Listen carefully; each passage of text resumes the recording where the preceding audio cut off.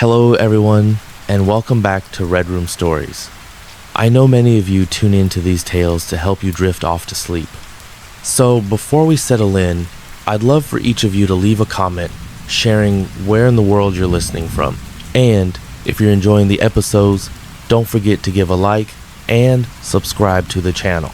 Now, let's get comfortable, relax, and begin.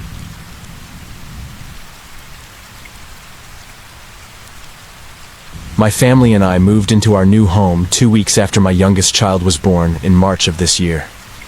The very first night, exhausted from the move, we all camped out in the master bedroom since it was the only room with carpet and our beds hadn't been set up yet. My 3 kids, my husband and I lay down to sleep, relieved that the stressful moving process was finally over. Not long after turning off the lights, I could already hear the soft breathing of my 2 boys, signaling that they had quickly drifted off. Our newborn was also sleeping peacefully. My husband and I lay there in silence, trying to relax, when suddenly a faint scratching sound broke the stillness. It sounded like a chair being pushed across the hardwood floor in the dining room, just behind our closed bedroom door. The sound faded as quickly as it came. In a whisper, I asked my husband if he had heard it. He said yes, but he didn't seem as puzzled by it as I was. There were 2 things that didn't make sense. First, every member of our family was either asleep or right there in the same room with me. Second, almost all of our furniture, including the dining room chairs, was still stacked in the front room on the other side of the house. I listened carefully, trying to hear anything else, and then I heard it again. The same sound, as if someone had pushed a chair back from a table. Too tired to investigate, I decided to ignore it. When I didn't hear anything else, I eventually fell asleep. Over the next 6 months, more strange things happened that made me wonder if we weren't alone in this house. A few weeks after moving in, I was getting ready to leave the house while my husband stayed home with the kids. My boys were sitting at the dining table eating dinner while I went into our bedroom to grab my keys. I reached into my diaper bag and pulled out my car key, which was a black plastic rectangle about 2.5 inches long. I held it in my right hand along with my sunglasses, but decided not to put it in my jacket pocket since I didn't want to scratch my glasses. Instead, I just kept it in my hand. I walked out of the bedroom and stood in the dining room, talking to my husband for about 5 minutes before realizing I needed to leave. As I turned to go, I instinctively moved my left hand to take the key from my right hand, only to find that it was gone. My hand still held my sunglasses, but the key had completely vanished. I told my husband what had happened, and we both assumed I had simply dropped it somewhere along my short walk from the bedroom to where I was now standing. We searched immediately, checking the floors, the diaper bag, even the small space between the furniture and the walls. 45 minutes passed, and the key was nowhere to be found. My kids had been sitting in the same place the whole time, so they couldn't have taken it. Frustrated, I blamed it on being tired and used my husband's truck instead. Over the following weeks, I searched everywhere inside every drawer, every pocket, inside jackets, shoes, the trash cans, even the heater vents. I looked through every box we hadn't unpacked, every inch of our yard, the driveway, and even our other vehicles. I tore through my diaper bag more times than I could count, but the key never turned up. Eventually, we had to pay a ridiculous amount for a replacement. A month later, my husband left for a 10-day mission trip. I always feel a little uneasy when he's away, so I made sure to lock the house securely and double-check everything. One afternoon, before leaving to run errands, I locked the side door and the front door. I was gone for a few hours, and when I returned, I walked through the room where the side door was. To my surprise, neither of the locks was engaged. At first I told myself that I must not have double-checked properly, so I just locked up again. 2 days later, I was leaving the house again. This time, I made sure to triple-check the side door. It was locked and dead-bolted. When I came home, both locks were once again unlocked. I was confused but convinced myself that I was just overtired from adjusting to life with a newborn. Another strange event happened when I was standing in front of the mirror in the master bathroom, putting up my hair. My kids were about to come into the room, and I noticed a bag of candy sitting on the counter. Not wanting them to see it, I picked it up and put it on the highest shelf inside a cupboard. I closed the door and continued doing my hair as they entered.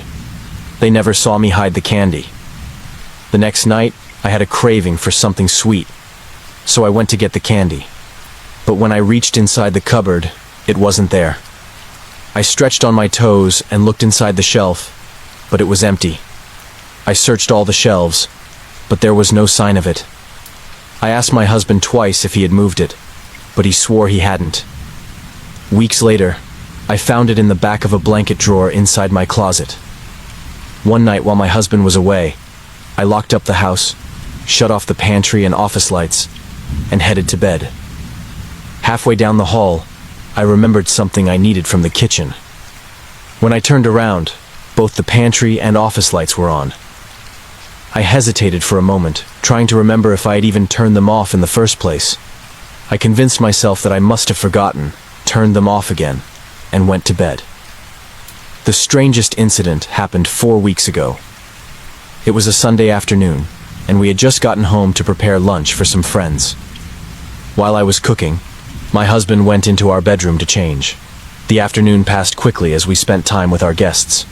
Later that evening, we visited my in-laws before returning home. The next day, I went about my usual cleaning routine and completely tidied up our bedroom. A week later, my husband asked if I had seen the dress shoes he had worn to church. I hadn't. He searched under the bed, in the closet, and by the front door, but they were nowhere to be found. Another week passed, and on Sunday morning, he asked about the shoes again. I reminded him that they had to be somewhere in the house, but I also hadn't seen them. I checked the closet myself. His other dress shoes were neatly lined up, but the pair he had worn that Sunday was still missing. 3 weeks went by. On a Sunday morning, as we were getting ready for church, he once again asked about the shoes. I suggested he check under the bed again, but he had already done that. We left for church, spent the day out of town, and returned late that evening. Exhausted the next morning, as he was getting ready for work, he suddenly said, "Hey, where did you find my shoes?" I sat up and looked toward the closet. There they were, sitting in their usual spot, perfectly lined up with his other shoes. My eyes widened because I knew without a doubt that they hadn't been there the morning before or any of the weeks prior.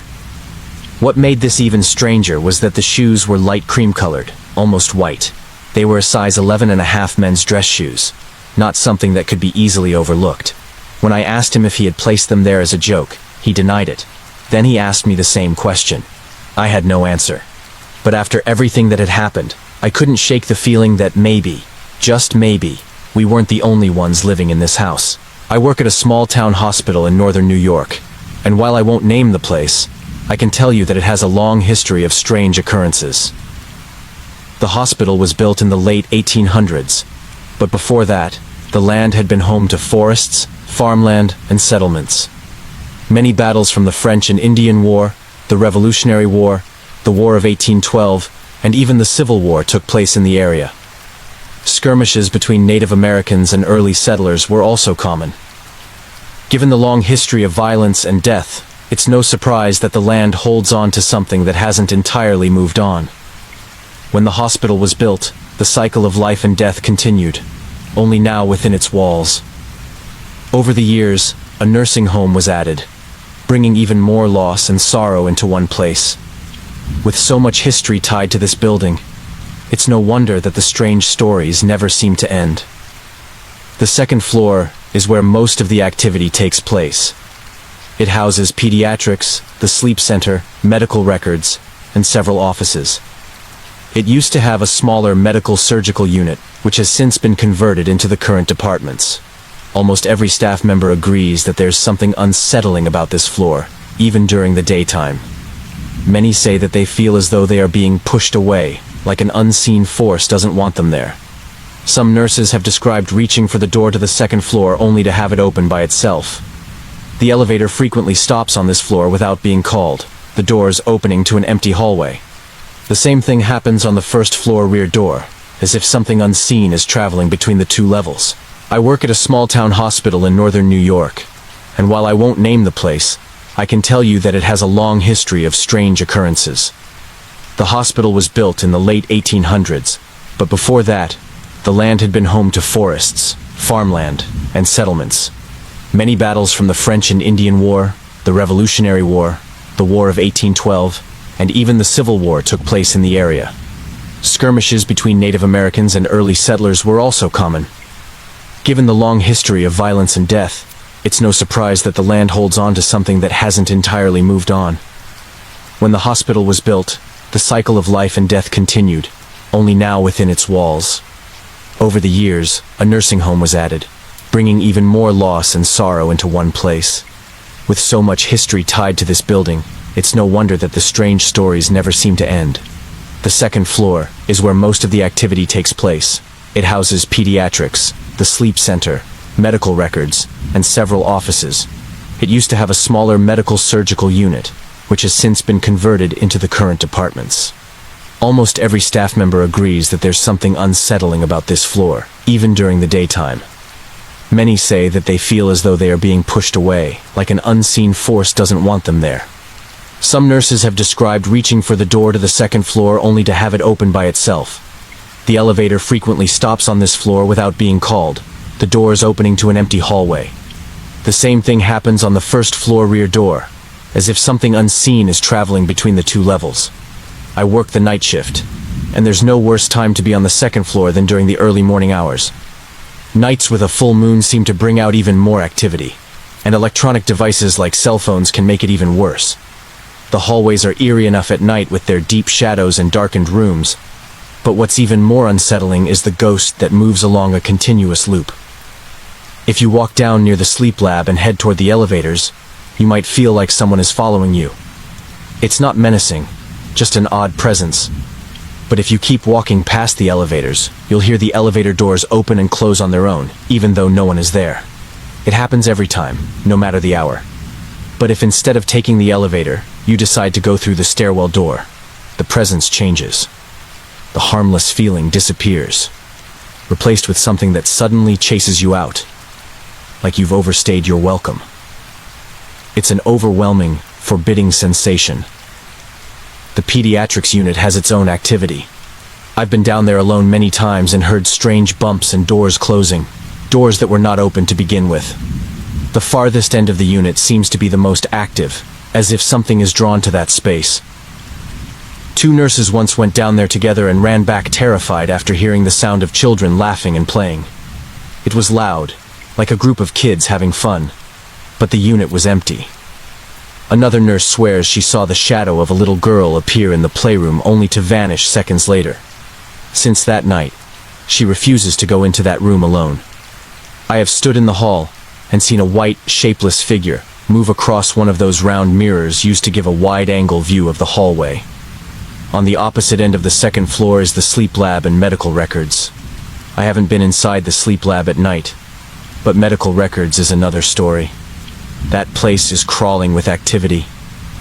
Some of my coworkers who are sensitive to spirits, including my wife, have confirmed my suspicions about the department.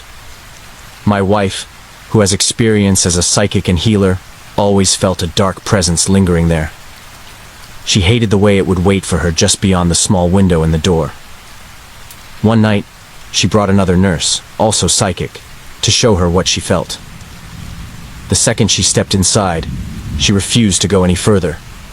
I've gone inside many times, and the moment I step in, I often get an intense headache.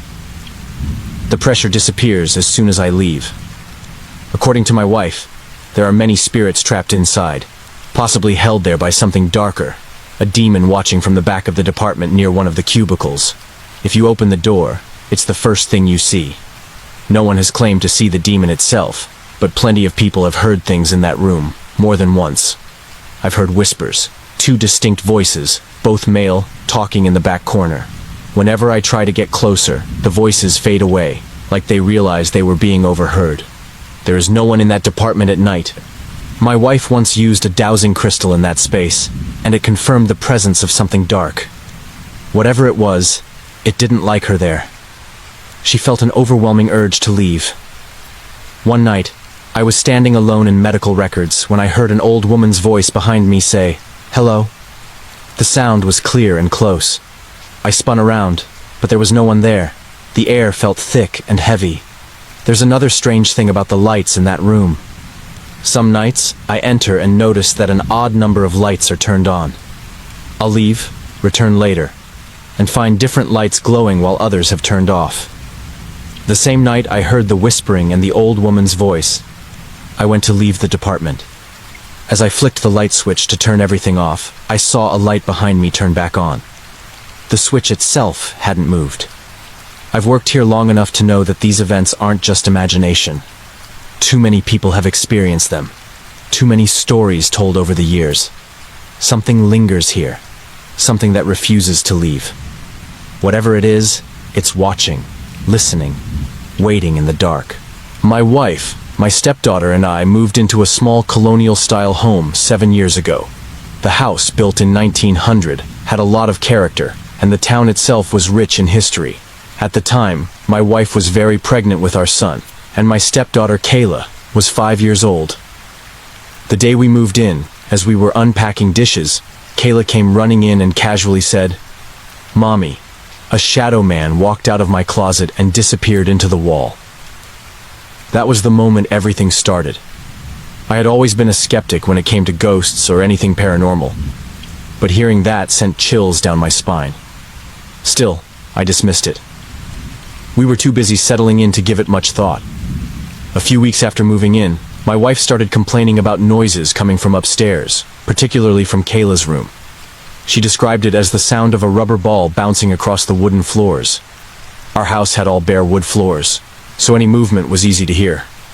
I figured she was just imagining things, but she kept bringing it up. She also mentioned seeing toys moving across the living room floor on their own. This went on for months. One Saturday afternoon, my wife and the kids went shopping, leaving me alone in the house. I was watching TV when I suddenly heard a noise from upstairs. It sounded like bare feet smacking against the wooden floor, so loud and clear that I didn't even need to turn the TV down to hear it. That's when I realized my wife had been right all along. The sound could easily be mistaken for a ball bouncing through the hallway and down the stairs, just as she had described. Strange things continued for years. Eventually, my wife and I began having marital problems, and I started sleeping on the couch. The kids had already stopped sleeping upstairs. They refused to, saying they saw and heard things that scared them. They took over our bedroom, leaving me either on the couch or in my son's empty room. One night, while lying on the couch, I was suddenly woken by that same sound. The bare feet smacking, the ball bouncing. But this time, it was right behind my head, near the armrest. I was frozen in fear, too terrified to turn and look. Then, to my horror, the entire couch shifted about an inch toward the wall. My heart pounded as I lay there, unable to move. Another night, while sleeping on the couch, I woke from a deep sleep and saw something I can't explain.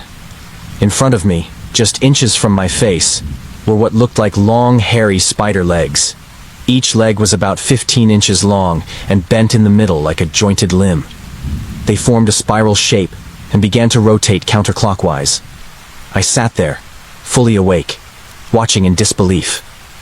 Then, just as suddenly as it appeared, it dissolved into a smoky mist. I started sleeping upstairs more often after that, but it didn't bring me any comfort. I began hearing loud knocking coming from inside the closet in my stepdaughter's room. The knocking would go on for so long and so persistently that I started turning up the TV just to drown it out. One night, the knocking got so loud that, out of sheer frustration, I yelled, "Stop! Leave me alone!" The knocking stopped immediately, and since that night, I haven't heard it again. The first time I actually saw something that resembled a person, I thought it was Kayla. It was late at night, and I was watching TV while everyone else slept. Out of the corner of my eye, I saw a small figure peeking from the kitchen doorway. The kitchen light was on, so the figure was silhouetted in the light, making the face unclear. Assuming it was Kayla, I told her to go back to bed. A few minutes later, she peeked around the corner again. Frustrated, I told her more sternly to go back to bed. Then, once again, she appeared. I sighed, got up, and walked to the bedroom to put her back to sleep, only to find her sound asleep in bed, drooling on her pillow. Who, or what, had I been speaking to? Years passed, and we all half-joked about our house being haunted. Even friends and family who visited had their own unexplained experiences. I always told people, if you're a skeptic, just spend a night in my house. But then things turned mean. Last year, my wife and I split up, and my son David stayed with me. One afternoon, I woke up from a nap on the couch and noticed a bite mark on my arm. I initially brushed it off, thinking I had somehow left an impression of my own teeth while sleeping. But when I tried to recreate the position, I realized it was physically impossible for me to have bitten myself in that way. Not long after, I met an amazing woman, Ashley, who had 4 young children. After dating for several months, she and her kids moved in. That's when everything escalated. My son David started talking about something in his closet. The very same closet where Kayla had first seen the shadow man all those years ago. One evening, David was taking a bath with Ashley's 3-year-old son, Evan. Suddenly, he started crying and yelling for me. I ran upstairs to find him panicked and upset. He wouldn't explain what had happened, just clung to me, repeating, "Daddy, I want you." Later that evening, Ashley asked him why he had been so scared. David finally admitted that a boy had smacked him in the face while he was in the bathtub. He said only he could see him. But as he continued, it became clear that this was not a child. The more he spoke, the more unsettling it became. David called him Alan. He described him as a tall man, wearing a white shirt with black stripes, jeans, and roses in his back pocket. When I asked what the roses were for, my son innocently replied, "Alan has a girlfriend named Amy, but he doesn't make love to her anymore, so he gives the roses to another girl." My 6-year-old said this, a 6-year-old who had no concept of what making love even meant. That night, I told David that if Alan wanted to talk to someone, he needed to talk to me. My son pointed to an empty chair and said, "Dad, he's sitting right there. You can tell him yourself." Chills ran down my spine. That night, everything spiraled. Alan spoke to me through my iPhone. Ashley and I were going to bed when Siri activated on its own. If you have an iPhone, you know you have to press a button to trigger Siri. Neither of us had touched my phone. 2 nights later, it happened again, except this time the response on the screen was disgusting, vulgar, and taunting. I took a screenshot. Ever since that moment, we have been under attack. Loud banging, doors slamming, objects moving, voices, footsteps, shadows creeping along walls, electronics failing at random. It feels like something is trying to break us. Finally, I reached out for help. A family member connected me with a paranormal investigator. The moment they walked in, they felt it. Their K2 meters maxed out in every room. Flashlights turned on and off by themselves. They saw shadows, heard voices, and even witnessed objects moving on their own. They left with no doubt that our house was filled with multiple spirits. Now, I'm waiting for answers. They are reviewing the evidence and planning how to cleanse our home. But until then, something still lingers. Just last night, I felt something rubbing my shoulder while I tried to sleep.